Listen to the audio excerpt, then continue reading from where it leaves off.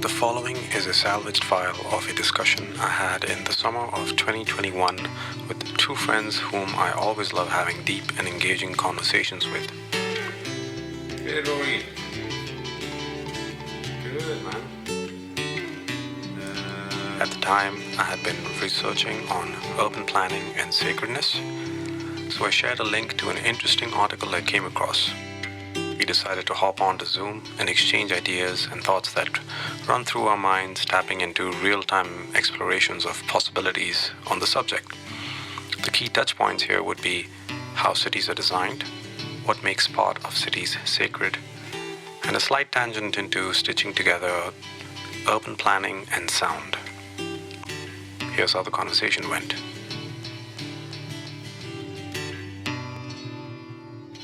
I'm Rory. I'm 29. I grew up in Barcelona. My parents are Irish and Scottish. And I know Monu from my university studies in Sweden on design plus change. Yeah, this is me. Yeah. I'm Arman. I am 31, and I know Manu from my time in Dubai when we're working on a few furniture projects, and Manu had a woodworking, team that helped execute the ideas, and we started talking about music and science and everything around those topics, and crafts, things like that. But yeah, I think part of the introduction, or at least a background that's important to me, is, or something that I'm at least identifying myself with at the moment, is the idea around space and how the space is important to me, and in what ways it's important to me. Coupling that with the other thing that's important to me, which is education, in, again, how it's important and not how much of an importance it plays, because I think a lot of people value education and learning, but I'm learning, and I've learned in the past few years that for me, the environment and the interaction with the environment is, pretty key. If I could summarize that in a sentence or two, it would be something like, the environment is what makes us, and we also make the environment. And so it's important for us to have intentionality around the learning environment or the living environment, because that also we're setting the intention for the environment to affect us, basically. And so that's kind of what I seek in conversations and my thoughts and ideas, and part of, I think, what I'm looking to explore and discuss with, Rory and Manu.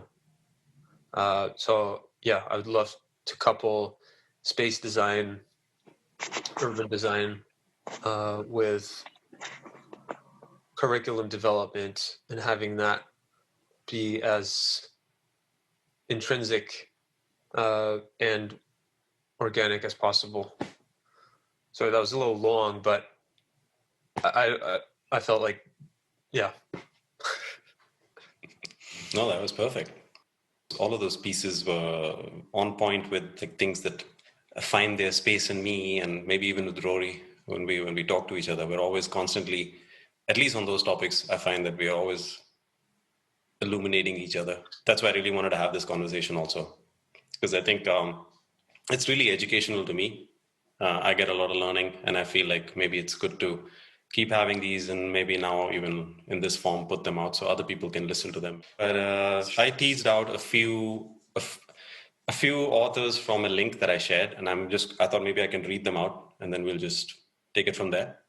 And I guess if I had to put a title on this, it was Design and Sacredness, and that itself is a sort of such a wide subject, so we could probably keep digging on it. But I'll start with one. You talked about space and or like the environment being one, and there's so much in that. Like there's no distinction between the environment and us, right? So because there's this one person I want to talk about, Patrick Leedon, and he says, to live with peace in our soul while in a city is to understand that you don't live in a city. And I think what he means is that if you really want to be at peace because you don't have a choice to go live in a cottage somewhere outside, is then to imagine that you're not living in a city anymore. But that's what I got of it. But what did you think? Well, can I ask a further question? Yeah, go ahead. It's the part where it's to understand that you don't live in a city.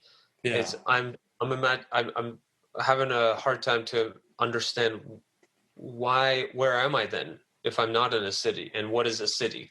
So for me, it would be helpful to understand what he actually means by city, or what you mean by city, and what is that's not a city when I am living in a city. Or maybe, okay, so maybe now as I'm extrapolating, or I'm kind of meditating on it, it's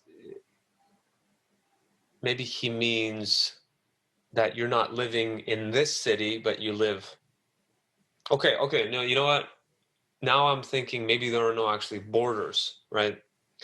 It's like there are cities, there are countries. Maybe he just means that you just live in a vast universe. That's how I'm interpreting it. And with that, I resonate with that, but I don't actually know what he means by understand that you're not living in a city. What do you think that means? Rory, you want to take a shot at it before I go? I mean, I guess the only way I can imagine it, maybe it's kind of weird, is kind of thinking that you don't live in a city, you live in the way that you experience, like maybe like your attitude towards life, like the way that you're, I don't know how to say it. You're saying it's a mindset. It's a city mindset. Yeah, I mean that's the way that you think about and approach life is more has a bigger role to play in your life than whether you live in a city or in the countryside, maybe. I don't know, something. Yeah, something like that. I think it has a little bit to do with time and the way time passes in a village or in a it's much slower in those contexts, right? In a city, things are moving fast. You're walking faster. You're maybe even eating faster, or I guess there's more of a. So maybe I think he means. I'm also guessing he's not happy. He's not happy in wherever he stays in the city where he is in. So he has to constantly remind himself that I'm not in a city. I'm not in a city. I don't necessarily think that when I listen to what you read. Okay. I mean, because he says to me, it doesn't sound like he's saying that he's not happy living in a city. He's saying that to be happy living in a city is about. I can't remember the quote completely, but I guess it's about something other than whether or not you live in the city. He's saying that your well-being in a city has more to do with other things than with living in a city. In other words, it's more about like that. I'm saying again, like the way that I see it, but the way that you think about life and you approach life. Yeah, I get it. Is there like a elaboration beyond that quote where he actually goes into describing what he means by understanding that you don't live in a city? There's a picture of him hugging a tree, and I think he gets into trees at some point. So and it reminded me of the Secret Life of Trees. So maybe his only connection with sacredness is trees in a city. Everything else is a concrete jungle. So he's kind of, he's got a picture of him hugging this tree. And I think that's why maybe I was kind of also thinking that he's unhappy in some sense, but maybe he doesn't. I'll read some more parts. Let me just see. I get that this might sound like crazy talk and that few may see any point, and even fewer will walk around hugging urban trees, saying hello to weeds and gently touching stone buildings. Okay, so he's not just hugging trees. He's touching. I've never done that. I've never like touched a building or a stone building and had any kind of sort of sensorial experience. You know, unless it's nostalgic, like unless I lived in this building way back and then brings me memories or something like that. But Yeah, I just opened a link and I'm reading the quotation, and right, it says on hearing. So the writer is quoting Yoshikazu Kawaguchi, the Japanese natural farmer. And then so he says, on hearing his answer, I double-checked my trusted translator with not one, but two raised eyebrows. I had no understanding of what he meant. Of course I live in a city. How can you say I don't live in a city?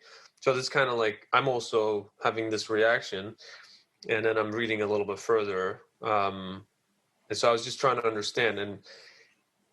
And so can I continue reading or? go ahead. Yeah, I'm trying to open them simultaneously. Yeah.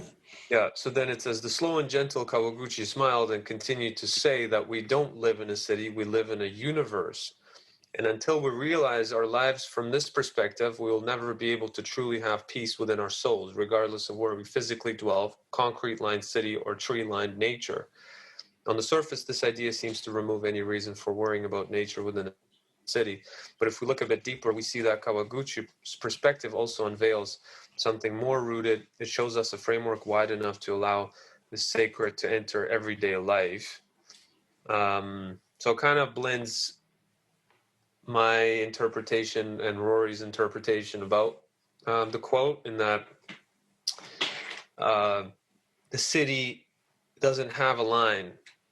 It's only a line because an arbitrary line was put by the government way back, and then the country and this territory and the continents, right? The continents have actual geographical boundaries, but even that is constantly changing. But as soon as we as soon as we conceptualize outside of those boundaries or remove them, I think we can start to feel the peace that he's talking about, because he doesn't talk about happiness or well-being, and he's using the word peace. And to me, peace is that equanimity or that kind of contentment that maybe happy doesn't even reach in some definitions of what happy or joyful or peace is. But yeah, anyway, I'm maybe digressing a little bit, but reading this,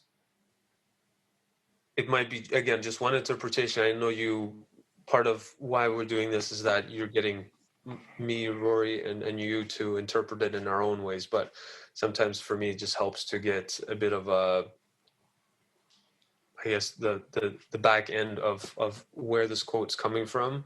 And yeah, if that's perspective and we're trying to break that down, I do agree with that. And I think it's yeah, it goes along with the lifestyle and attitudes idea that Rory presented. But also, correct me if I'm wrong, or if you have other ideas, Rory, on what, if you have any new ideas on what I just said.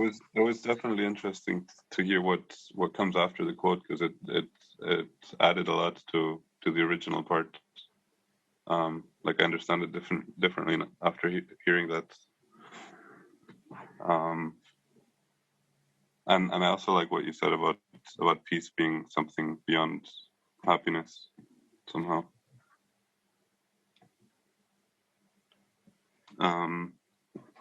Other than that, I don't know. Manu, do you have? Sorry, go on, Rory. No, I guess I kind of like. I didn't see it so much as like a lifestyle, and but rather like the quality of our consciousness somehow.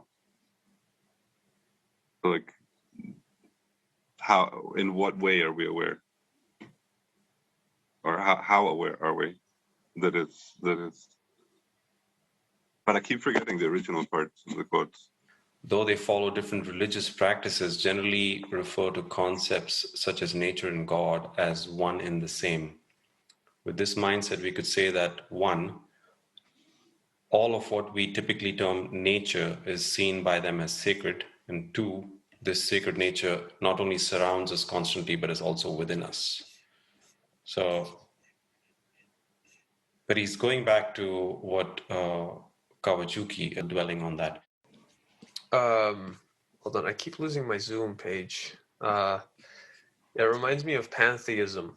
It's a little different, but the idea, I'm just reading the definition here, the doctrine that God is the transcendent reality of which the material universe and the human beings are only manifestations.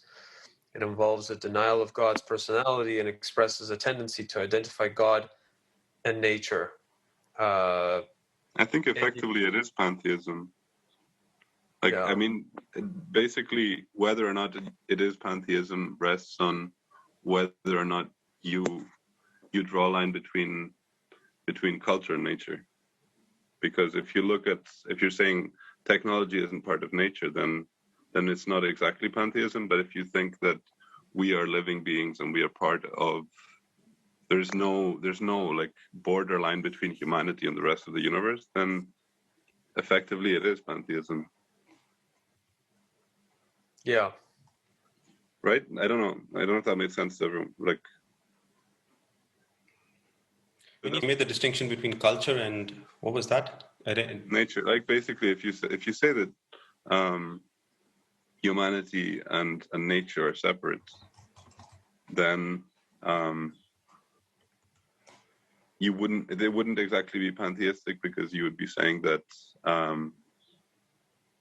because this thing is saying that nature is sacred, but if you're cutting kind of technology or human culture or whatever out of that, then you're making an exception, and you're not necessarily saying that everything is sacred, but rather that everything except for humans is sacred.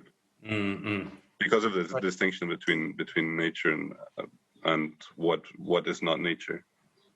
So are you saying what the article or parts of what we've read is saying, or alignment with pantheism, or it isn't? It is depending on whether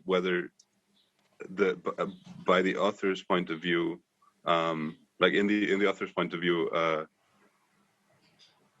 nature is everything that you find in the universe, or everything that you find in the universe minus human activity and human constructs and human technology and human all of that. And I think human. What I'm saying is, because it's saying, I'm getting really tangled up. No, I'm totally with you, and I agree.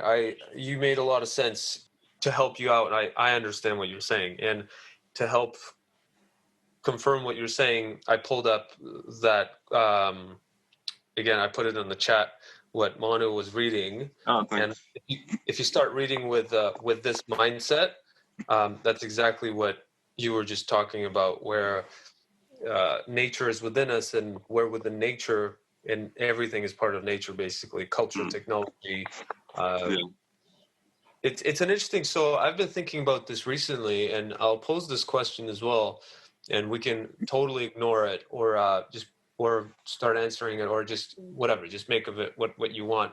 But I was just curious. I was sitting down, and I can't remember what sparked it, but I think it was the idea behind like fake plants and real plants.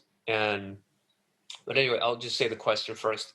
It's a two-part question, but I'll just say my thought is the idea that because everything is taken from nature, so the bed that I'm on and the walls that are surrounding me here, it doesn't seem natural or alive.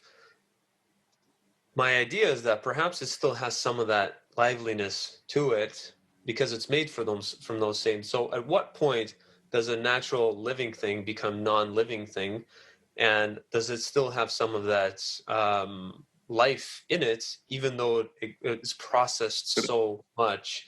And so that was kind of my thought, and I thought that was, yeah, and it ties into panpsychism a little bit, where everything has consciousness, right? But that's not the main point. My main question was around, okay, so if the table is made out of wood, and the wood came from a tree, and the tree was, you know, grown in a forest, if I process the table even further, does it become less the tree? You know? Could I bounce off that?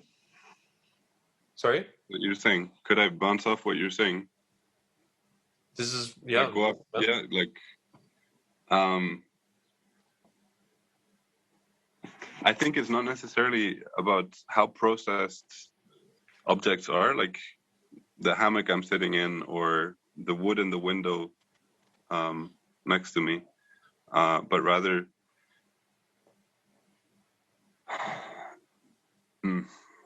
I'm forgetting what I was going to say. Sorry. Yeah, I mean, what I was going to say was seeing that by association to us, considering that we made the objects, in the same way that you could maybe look at a beehive and say that's part of nature. It's something that bees constructed, right? You could look at like a backpack or a hammock or a bed, and you think it's something made by humans. And if you don't think that humans aren't a part of nature, then by extension that would be kind of analogous. You'd be saying this bed is kind of like a beehive is to bees. Mm. Or I mean, like you can think of like beavers who like cut down telephone poles and trees and whatever to make their dams, and it's like they're shaping their environments, and that's part of nature, right? So it's kind of like, depending whether we say anything humans do is that's culture, it's not nature, or if we say even that is part of nature. Yeah, no, I love that. I think for a very long time, even like now, I still have a bit of a resistance towards technology or anything processed. But thinking about it more and deconstructing my attachments to nature, I think I'm having healthier ideas around it, where I'm not too attached to things being natural or organic. And I love that comparison to a beehive, because what if instead of hexagons now they start to, you know, sell their honey to like other animals, and we're like, holy smokes, they've got an economy. The beehive is not natural anymore, you know. But economy is it maybe a natural, you know, byproduct of our nature, right? And the nature of communication, nature of trade and give and take, and being in a society. So yeah, it's very fascinating to think about these ideas outside of my attachment to it. Because no, I was just going to finish off with the quote that Manu opened with the idea that with peace, that you could fit, instead of city, you could substitute anything and say that, like, I do have an aversion sometimes to like the economy or consumerism, for example. And so I could say to live with peace in a consumerist world, I need to first understand that this world is not a consumer world, right? Or to accept it that it is a consumer world, but there are also infinite vastness of that's not consumer like. Or so anyway, that it goes back to the original quote, which is really, we're trying to live in peace, and part of the design and sacredness part is that sacred spaces bring back to you the peace that I think you want. I think that's all really. I think you can use it, like this phrase, because of its kind of its format. You could use it about anything. You could say to live in peace with illness, or to live in peace with getting old, or to live in peace with I don't know, any part of the human condition that is not necessarily we assume ideal, then you can still use it, because it's basically what it's saying is to live in peace. Do not create. Do not judge by saying. Can I offer? Yeah, go. Okay. Sorry, I completely got No, that. it's not. I also want to be careful to not feed you with words, but I guess we should just sign like a clause in the beginning saying like, Yeah. I accept Rory feeding me with words if I can't find them, or Manu, or Yeah. I'm okay. And anyway, what I agree with you in that, yes, to live in a world of illness, or to live in a body with illness, I need to accept that illness, it's not just a body of illness, right? And so what two things come to me is that it sounds like it's basically a lot of it's about perspective and finding as many vantage points to look at something, even if it's the same angle. How close and how far, what are the focal points as well? How many backgrounds and foregrounds can we find and examine and be in peace with? And on top of that, relating to what you and Manu went through in design school, I feel like it's very relevant in that I'll bring the whole like change plus agent idea, or whatever it's called, in that it for me at least, it's when I design, or when I think about design problems, I don't want to create a new thing.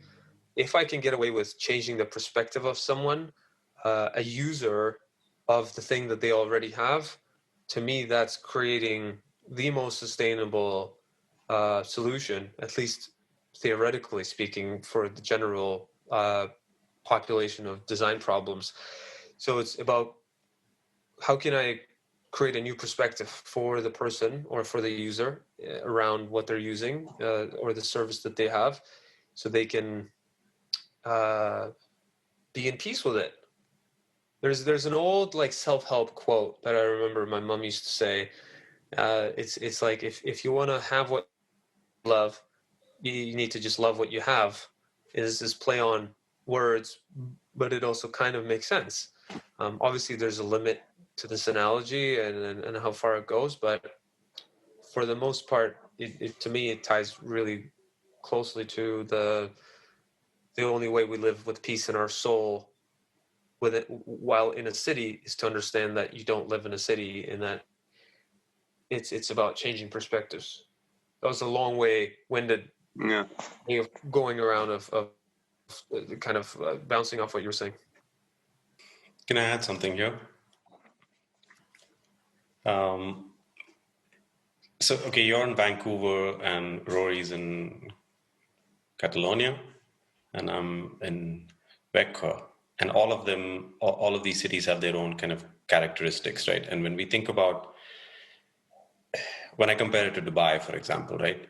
If I had not come here, then my perception of a city and maybe the peace and how my well-being in the city is different. And then all of a sudden you come to a smaller size city, and then you see, okay, green helps, or wider sidewalks. It makes me feel more better, right? And so then you start to think about, well, if this is different, then what's the possibility? What's the possibility of, or even when you talk about furniture, for example, and what's the possibility of constructing things or having things around you that we have control of, at least, that can improve that can improve the peace and improve the well-being.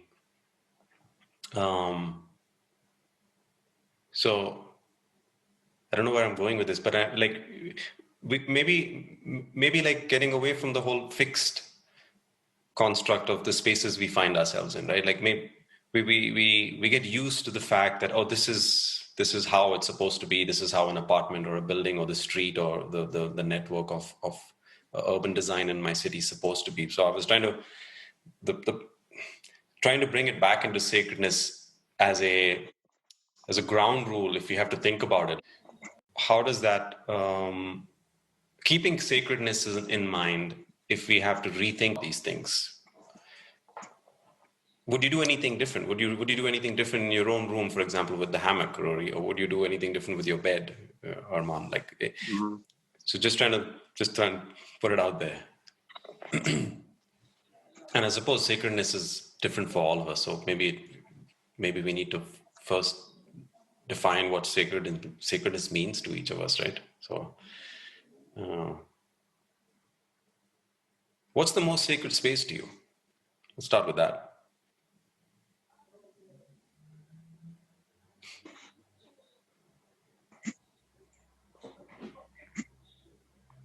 I mean, I guess I can go.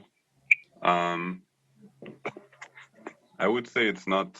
I mean, in a way, it's kind of echoing, or it's repeating the idea that of what I understood, at least from the initial quotes, which is to say that for me, what is sacred is not necessarily a place, but it's a way of seeing, right? Like it's not necessarily.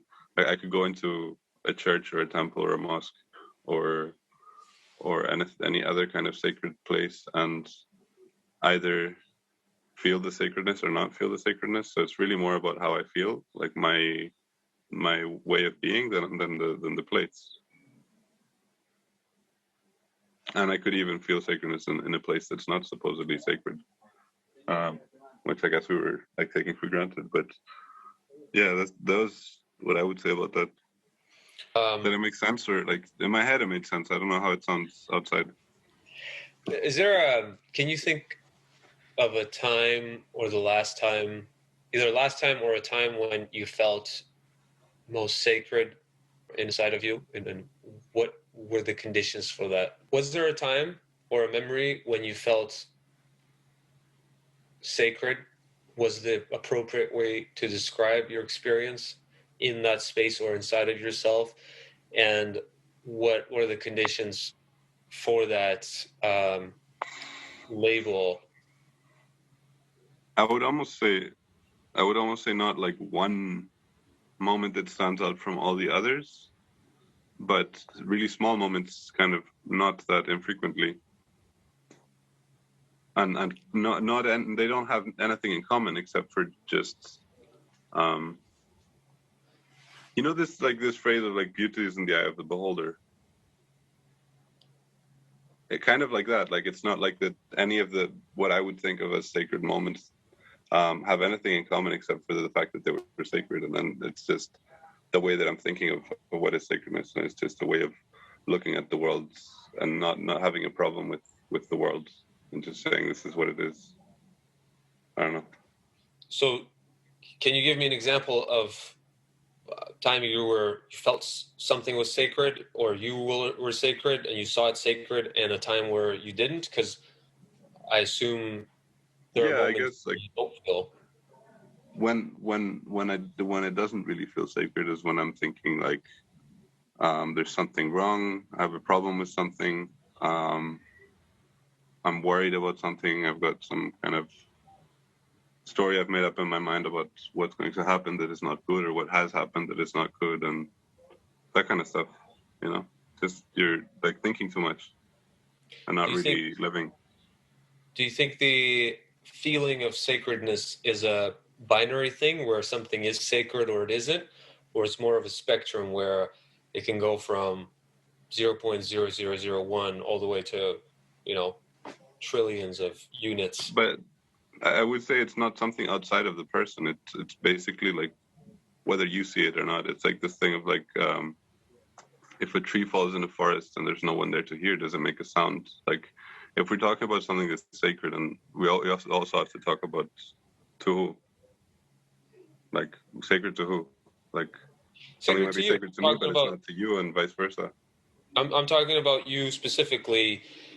Do you see, or when you feel sacredness, do you feel it as either it feels sacred or it doesn't, or it's like a spectrum of, wow, that was more sacred than that, or that's a different type of sacredness, kind of like a band? I would say it's like awareness of the sacredness. It's like, it's not that when you suddenly see something as sacred, as perfect, as whatever, you're saying this thing and all of the others aren't. It's rather that you're saying like everything that I'm seeing right now is right and it's fine, and it always was. I'm just aware of it now. Mm-hmm. So you're not like you're saying like this always was perfect and I just realized now, and it's not this, but it's everything. It's just a way of saying like everything is. Mm-hmm. Yeah, that ties actually pretty nicely with the quote again, with the idea that you need to understand that you don't live in just like this. This tree is not the only sacred thing here, and if it gets chopped off, it's not like, oh, there's no more sacredness in the world. It's the universe, and time itself is sacred, which is part of the universe. Yeah, no, I like that idea. Is that it's always there for you, and it's if I'm open to it, if I open my eyes or my senses to perceive it. What do you think, Manu? I mean, there's two things. When you talk about trees, I was trying to visualize when I look at the sun through trees, you know, the way the rays are sort of fragmented and they pierce at you. It kind of reminds me, maybe like what Rory said, maybe it's always existing, but that's a reminder that okay, that this moment is beautiful, and then because it's not everywhere. It's not like when I'm looking at a light in a supermarket when I'm shopping that I'm feeling the same thing. So there's something about, of course, in this, when we talk about lighting now, but it's like, you know, church architecture and stained glass and tall, tall, like high roofs, and just the way pretty much all temples and sort of religious places have been built. I think there's something about scale and lighting, and that definitely at least enhances how someone feels. And maybe it's a placebo, but and maybe what I liked about what Rory said is if it's everywhere, and if it's your mindset, then at least we're not conditioning our minds in that way, right? When the way we are taught to live and to feel, even just the conditioning, okay, every Sunday we'll go to church and we'll feel enlightened in that space only, you know. So how do you reverse that, you know, this evolutionary process, or sort of the way architecture has been you know, shaping our society? It kind of feels like what you were saying was that you were talking about feeling like the feeling of illumination when but similar to like when light comes through the clouds, as in like there was always light. It's just that there were clouds sometimes, and you, in the same way as like there was always perfection, it's just that you sometimes didn't get to see it because there were clouds in your mind or whatever. Yeah. And what was the second part? I was more curious that maybe we can, if it is always, oh yeah, it's always existing, then yeah. You said about how the quality of light has a role to play in this, and you were talking about the stained glass windows in churches, and how could we get away from thinking that we need to design the environment to make it sacred? We'll go back. Was that what you meant? Yeah, I meant that if it depends on how true it is. Depends on how true it is that we feel in those spaces is really the only way to enhance how someone feels sacred. And if we have to collectively agree that yes, the reason why we've been building temples and churches is because it affects us this way, because it affects our pineal gland, and you know, then you there's a science behind it. So we continue to do that. But I was saying, maybe we've been wrong. That's another way of looking at it. Maybe if we are wrong about it, and that perhaps that state of consciousness can exist all the time. You're always in a church, wherever you walk. Yeah. Um, I that was an interesting sorry. thing. Yeah, connecting to what you said. Yeah. I'm kind of aware that I'm talking a lot. Like I'm taking most of the. No. I don't want to like trample over everyone. This is all a learning. Manu, do you think there's an app out there we could all have that's on like the side window or on the display where it shows how much airtime everyone's taken? Because I Yeah, feel that's like a good the three idea. of us are the types of people that think, oh, I'm taking the most space. And then when the other person says that, we're like, no, I'm taking more space than you. And we all feel guilty about it. But if we see the meter, we're all going to be a little bit more accurate with our measurements. Yeah. Because I think when we do take time, there's also the pauses, and we count that as time. But I think the pauses are kind of nice. You know, it's part of that sacredness. Which, while you guys were talking, I was. It reminded me of, well, first, you know, again, coming from like a pedagogical curiosity for me or inquiry for me, it's often okay. Ideally, every user is practicing and embracing what Rory is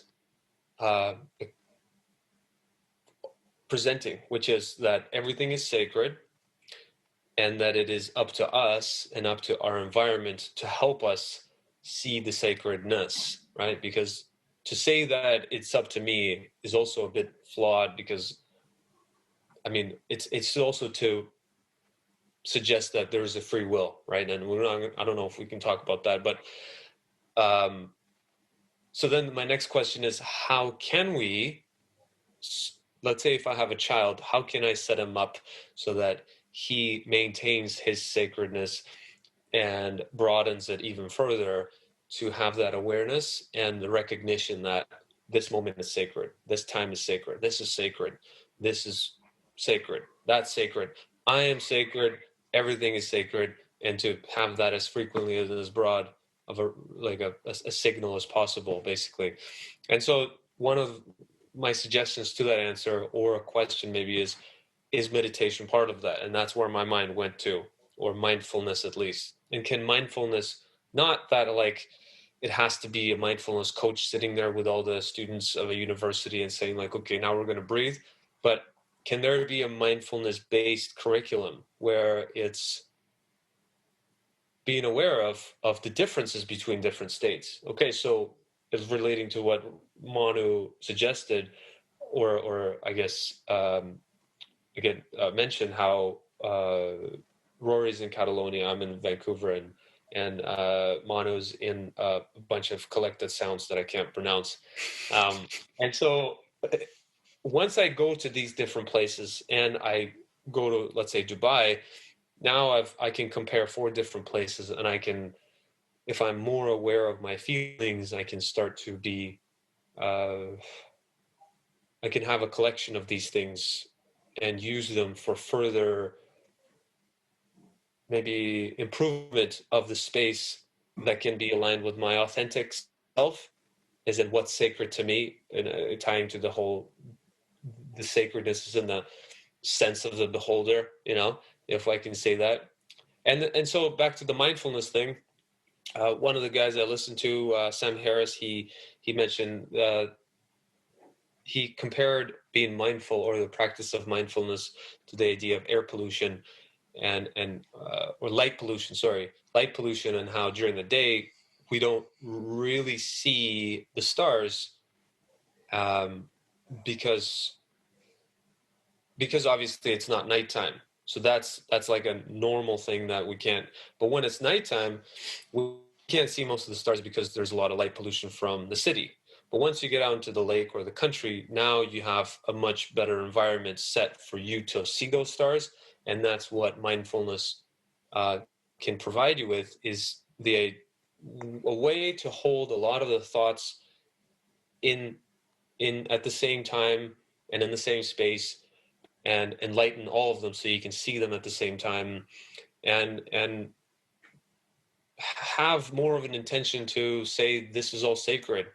But if we never get out into the farm and think that there are actually no stars out there, even if it's nighttime, then we'll never realize that there's anything sacred. So anyway, I was just trying to make the connection between mindfulness and awareness, which Rory mentioned again earlier, to sacredness and sacredness in space and being in peace. And also, again, dissecting the a little bit the quote when he says understand, because it's easy to say one must understand that they're not living in a city, but how do you help someone understand, or how do I help myself understand that I'm not living in a city, or that this is sacred for me? And my last tie, I make a lot of ties, is thinking about your eco template project, and correct me if I'm pronouncing it wrong, but yeah, how your idea was to present it in a sacred way so that people's perspective of it changes, people's perspective on their own objects and environments changes, and it's a whole ripple effect on and that to me is change, because now you're actually changing how you process things, which is going to change everything in your life rather than this one isolated relationship. Yeah, you pull many threads there, man. I don't know what to talk about. Okay, yeah, can I ask you a question? Yeah, sure, go ahead. Maybe that could be helpful. Is if you were to design a curriculum or to plan a workshop for a group of people, or to even pose a question to a community or to your children, right? So again, I'm giving you lots of kind of ecosystems to present your idea, and the question would be, how can you help them understand the sacredness around them? And how do you think you've done that with your design project? And how do you think you could have done it better? And or what could have helped you do that better? And same question to you, Rory, too. Well, Manu's, presenting his answer, or I mean, I'll have to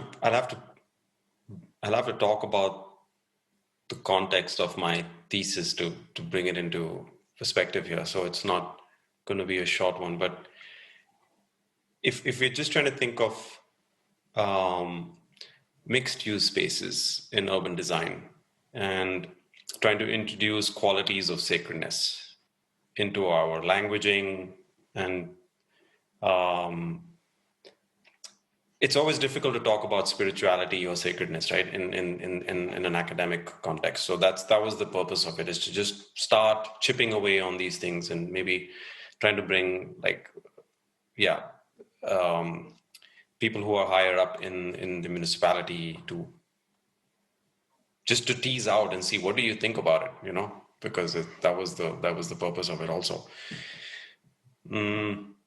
And then also, my own personal feelings for that space, which I call a living structure or a sacred space.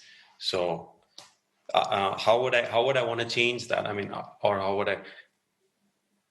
What was the second part? You said what would I do to introduce sacredness from a design project perspective? Well, I guess, yeah. If how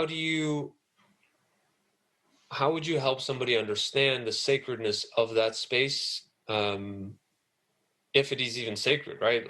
Like one, I guess part of that question should be taken as maybe, is it even sacred? And was there a transition from this place is like, I've never known it, to, oh, there is this space, to I'm indifferent to it, or maybe from indifferent to, wow, this place is sacred and I believe it. What was part of that transition? How did that process take place? And for the ones that didn't have that transition, what do you think could have made that transition? I mean, it's a big question, right? It depends on many variables, but maybe you could just talk about your personal experience about why that place was sacred for you, and start with that.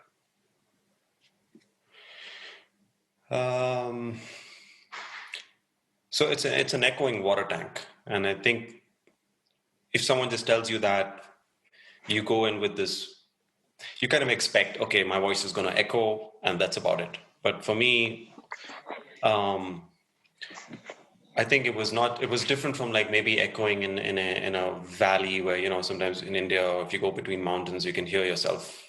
But I think here I was more. I felt bigger than I am. Your voice amplifies, and then it continues on. So maybe it stretches time. You know, it stretches sound in some way, and you're like, wow, there's part of me is still living and continues to live for more seconds than I usually does. So it's like. And then I've never told people that they should think of it as a sacred space. For example, last week when I was there, a couple, leather jacket, bikers, it's her first time. So I stepped back, and she's really like thrilled, and she's excited about, you know, being there and stuff. And then when she's about to leave, I felt like it didn't do justice, because I was like, she hasn't really experienced the magic. She's excited, and she's like, wow. And she sang 4 or 5 notes, and they were spot on. Like I could tell she could sing. So I'm like, hey, before you go, can I just talk to you for a minute? And then I find out that she had a sickness, and she used to teach music, vocal training, and then she lost her voice, and she can't take low notes, she can only take high notes. And then I said, can you come back inside and let's just stand in the center with me, and we'll just try and sing this. Like, I'll sing this line and you take the higher octave.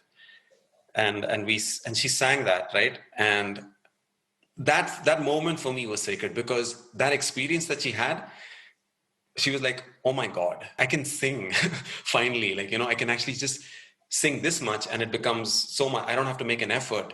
And I was like, it's transformative, right? So that's what a space does when it's, why I call it sacred, is because it's taking you from some point, wherever you are in your life. And then it moves that point up, you know, moves that level of consciousness or well-being or whatever it is that enhances inside you.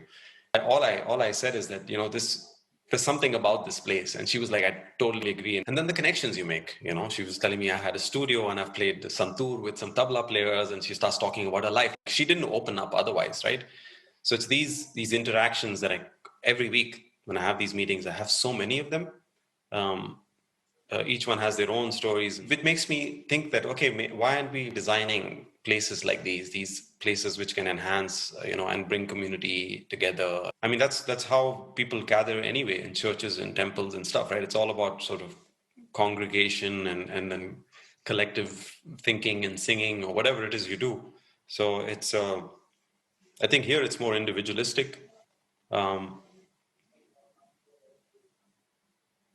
I didn't say why it was sacred to me, but I think the reason why it's sacred to me is because I see it in other people. I see what other people feel, and I feel like there's got to be something. You know, there's so much happening here, and I'm more curious, why does it do that, and how do you take this as a model and then repeat it? How can you repeat it in urban design? How can you think about it for future design? Wasn't there something? I think I read something once about how the Inuits used kind of they used rocks to make kind of figures that were visible from different points in the landscape. And I can't remember exactly what these figures were for, but there was some aspect of spirit, like, I don't know, religiousness or spirituality tied to these.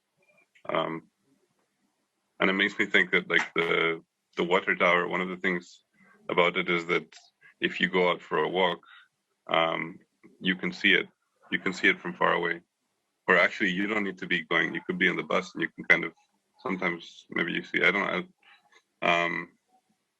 Point being that it stands out. I think also the echo is something that kind of creates a sense of, like, being in a separate place, like being able to hear your own sounds that you're making. I don't know. Yeah. You brought some really nice points that gave me this new idea about why I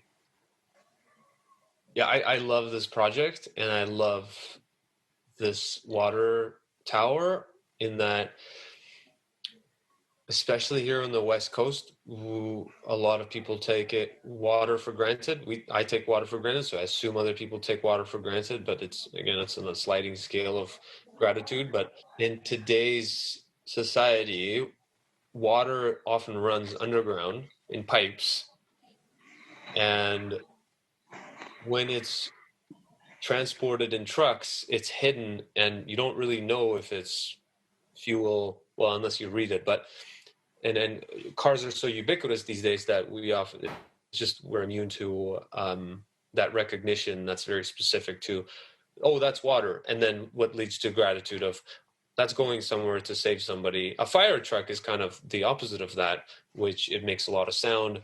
There's water in it, there's water in it, and they're going to use that water for something. And so going back to why I love the water tower is because it's very high above the water, the ground.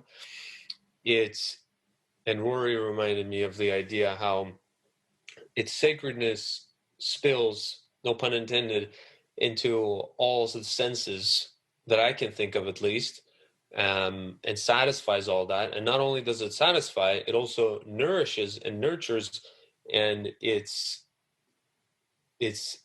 vital, right? So water, for example, is extremely vital to life, and the sound is very vital to nature and human nature and the way we connect with one another. And then there is the sight of that Rory brought, that it's something that people can go towards, and then there's the smell, and then there's the touch. And I think what's really cool about sound is, if the sound is powerful enough, it can actually touch you. But then if the structure or the infrastructure is there for the user to touch, now you've tackled the touch sense as well. And so, in attempting to answer your question, Manu, in how can you replicate this theme or the template of why we believe the water tower is successful sacred space or idea, is looking at how it touches people across the senses. Why does that? And what else can it do for another community that values those senses and how they value it? And water is a perfect example. Well, not a perfect, but it's the most quintessential example, because everything lives off water, and we need it for all the other cultures, like art and cuisine and ideation. So that's what I was thinking about, and I love that idea. And I'm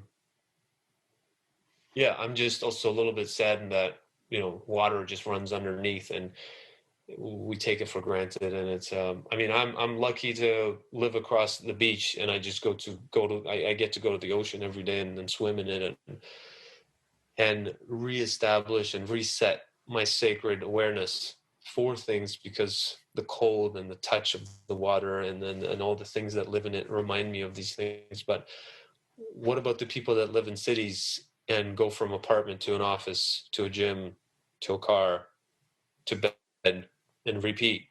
How can we do that for people?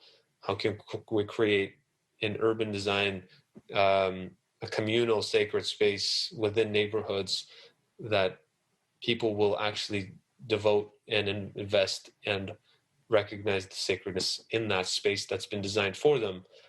And now my mind's going into government-funded art installations, which, for as many as I know them to be, are failures, and citizens fail to see their use, and artists are disappointed in how it's been presented. So I think government sees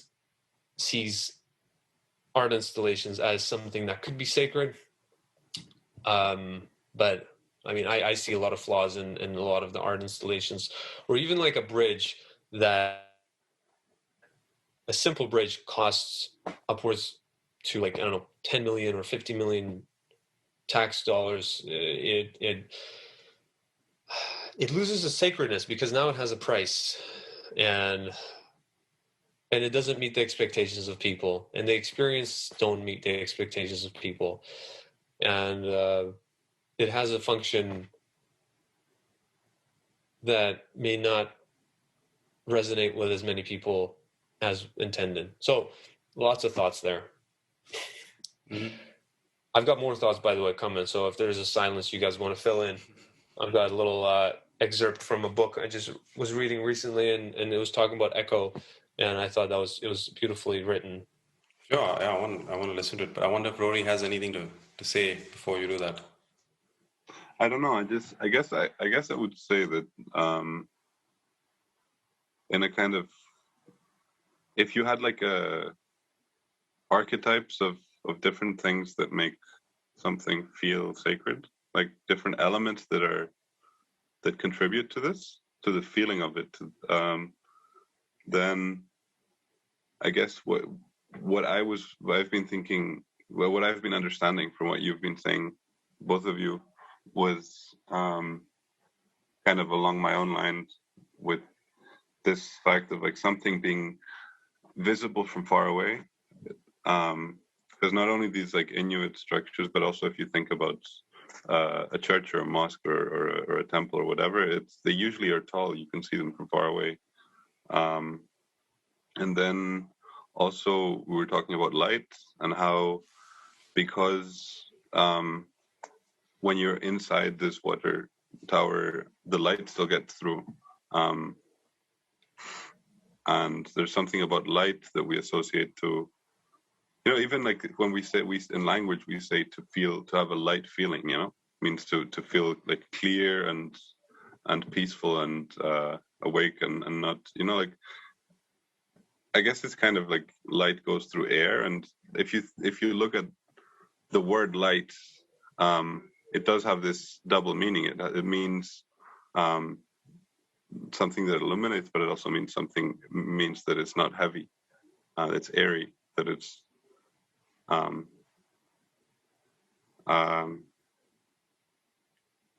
then sound as well. I think like the echo really adds to that. And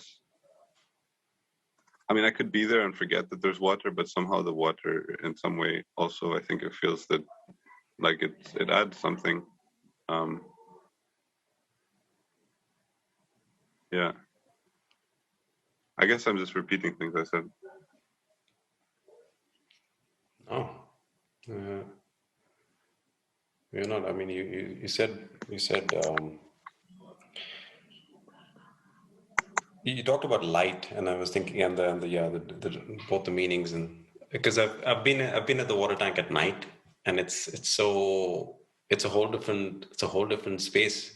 When we've had bonfires, because you don't see the people, they're less shy. You can't see. It's so dark, and they're more open to experimenting, and of course, when you have a clear sky and you can see the stars, it's phenomenal. It's really nice. Yeah. But Arman, you had something to read about echoes. I'm keen to hear that also. Yeah, and I'm hoping to also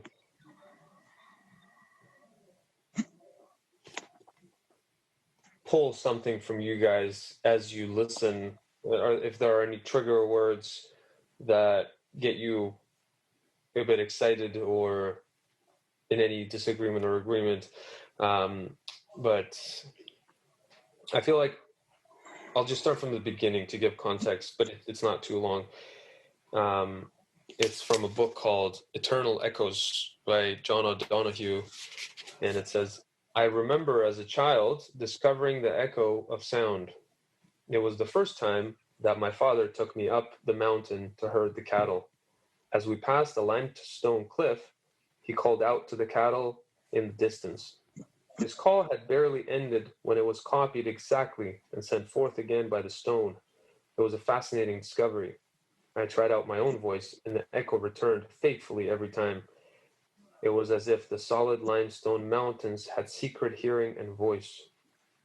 And here's the part where I really thought it resonated with what we're talking with the sacredness of the spaces. Their natural stillness and silence suddenly broke forth in an exact mimic of the human voice, indicating that there is a resonant heart in the depths of silence. The stone responds in a symmetry of sound. Hearing one's echo out among the lonely mountains seems to suggest that one is not alone. Landscape and nature know us, and the returning echo seems to confirm that we belong here. We live in a world that responds to our longing. It is a place where the echoes always return, even if sometimes slowly. It is as if the dynamic symmetry of the echo comprised the radius of an invisible but powerful circle of belonging. End quote.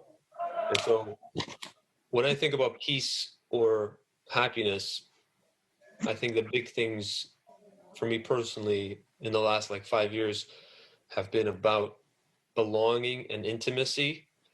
And there are times where I could get belonging and felt deep sense of that, but the intimacy was hard to get.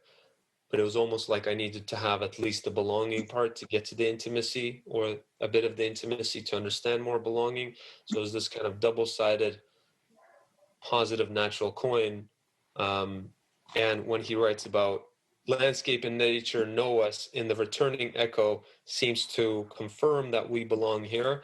I think that, to me, when we talk about what defines sacredness to us, to me, sacred spaces confirm that me as an individual, as a body, as a soul, or as an idea of universe, I belong where I'm belonging in a space or in an event.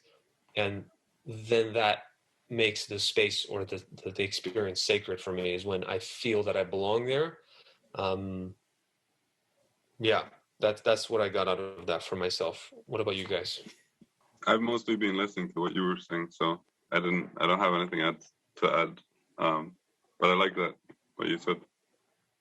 Yeah, I could hear it again, because I was also more listening to what you said afterwards. Well, I was writing down the name of the book and all that, but I shouldn't have. Okay, sure. I'll just do it really quickly again. I tried out my own voice, and the echo returned faithfully every time. It was as if the solid limestone mountains had secret hearing and voice. Their natural stillness and silence suddenly broke forth in an exact mimic of the human voice, indicating that there is a resonant heart in the depths of silence. The stone responds in a symmetry of sound. Hearing one's echo out among the lonely mountains seems to suggest that one is not alone. Landscape and nature know us, and the returning echo seems to confirm that we belong here. We live in a world that responds to our longing. It is a place where the echoes always return, even if sometimes slowly. It is as if the dynamic symmetry of the echo comprised the radius of an invisible but powerful circle of belonging. And so while I was reading that for the third or fourth time, I had the image of us sitting in these concrete boxes within a bigger concrete box, which is a building for a lot of the Western world, or actually Eastern worlds even more. And so it's almost as if we've gone away from what he's describing towards something that doesn't resonate with anything else outside of it, and we've soundproofed ourselves into depression, if that makes sense. And the sacred space, the echo template, opens it up and blows you away, basically, because it has no walls. It echoes your sound, and like you said, we feel shy because we've been stripped away from this experience for so long, for so many generations, and we feel shy because we don't know how to act within this beauty that we're enveloped in. Yeah, I'm making. I'm going to make a connection here. In an apartment, the closest thing that comes to the water tank is your bathroom, right? The place where you sing the most, maybe when you're in a shower or. Totally. And there's a reason, right? There's a reason why people sing in the shower or whatever. So you do hear yourself better, and it's usually ceramic walls and it's better resonance, and that's like, yeah. There's definitely something with hearing it back, like hearing your own self, but something in that delay, and that like you said, when he talks about it bounces off of limestone, and it's like the limestone is talking to you. Or there was one of the visitors, the first time visitors was this German musician, and she said I could hear the thirds. So when she was playing the viola, she's like, I could hear, it's like the water tank was playing the third notes for her, and almost like jazz musician, she was engaging with the water tank while she was playing. And I do that a lot. I wait for the rhythms, usually just with the BPM of the echo, and I play with it. So it sounds better when you catch that rhythm. But it's a looper pedal, loop pedal on a budget. Yeah. But there's definitely something about play, like something about maybe it's enticing to you, right? Listening to yourself, or the sound echo back at you, and yeah. It's clarity like also, right? Sorry.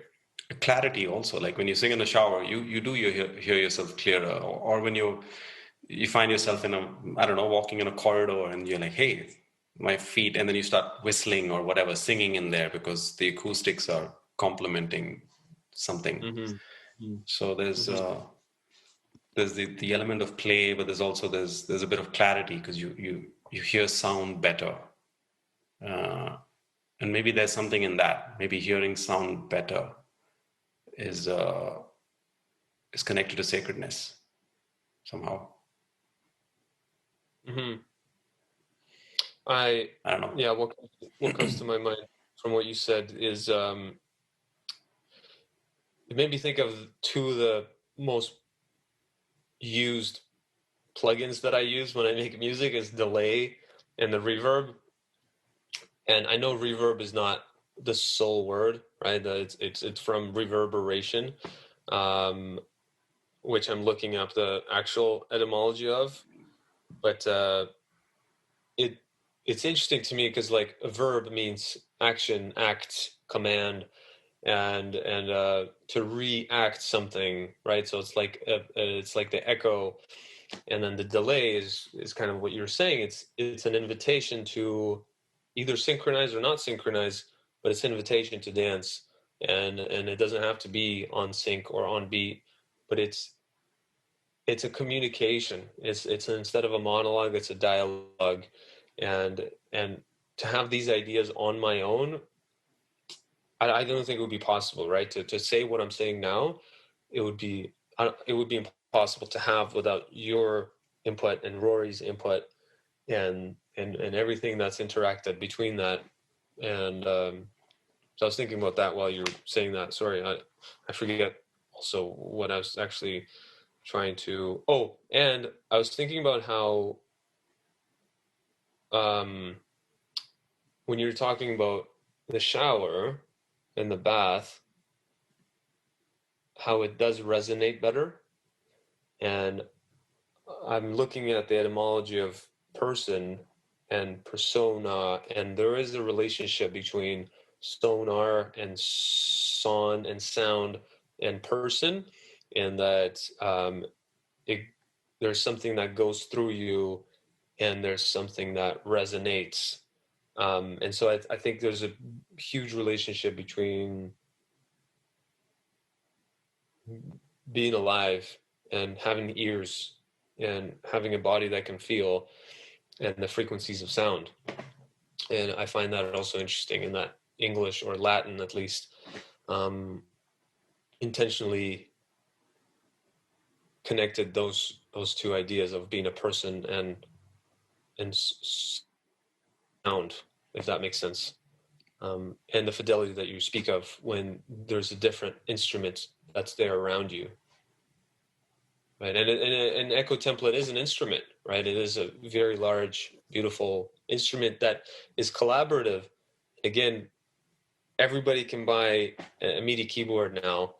Everybody can get a a microphone and a guitar. And 30 years ago, we might have to go to a library and rent these things out because they're expensive, or you'd know a friend. 100 years ago, you would know one person in the city, maybe.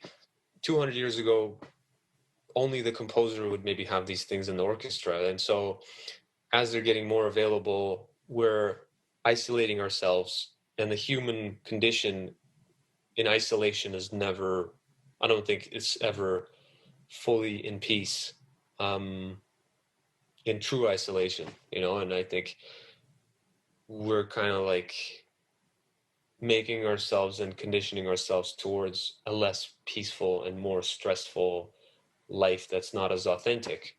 And sound and sacred places can be reminders of what is peaceful to us, I think.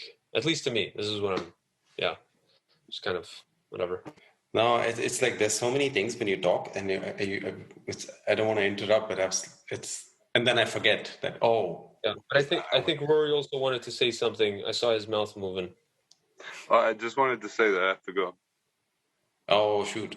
Yeah, I haven't kept an eye on the clock, and we didn't even get to any of the other authors. So this was first of many. So much. But thanks so much, Rory. I mean, this was. No worries. Thank you. We'll do this again. Rory. I appreciate it. Sorry I took most of the time, man. No worries. It was really interesting listening to the things you were saying. Let's do it again sometime. Yeah. Yeah. We'll do second author next time. Cool. Yeah, let me know. Are you a dreamer, Rory? Do you dream? I never remember my dreams. Okay. I wish I could, though. Yeah. Okay, well, I hope you sleep well, and maybe you'll remember parts of the dream. Yeah, that would be cool. All right, you take care, brother. You too. See you, Rory.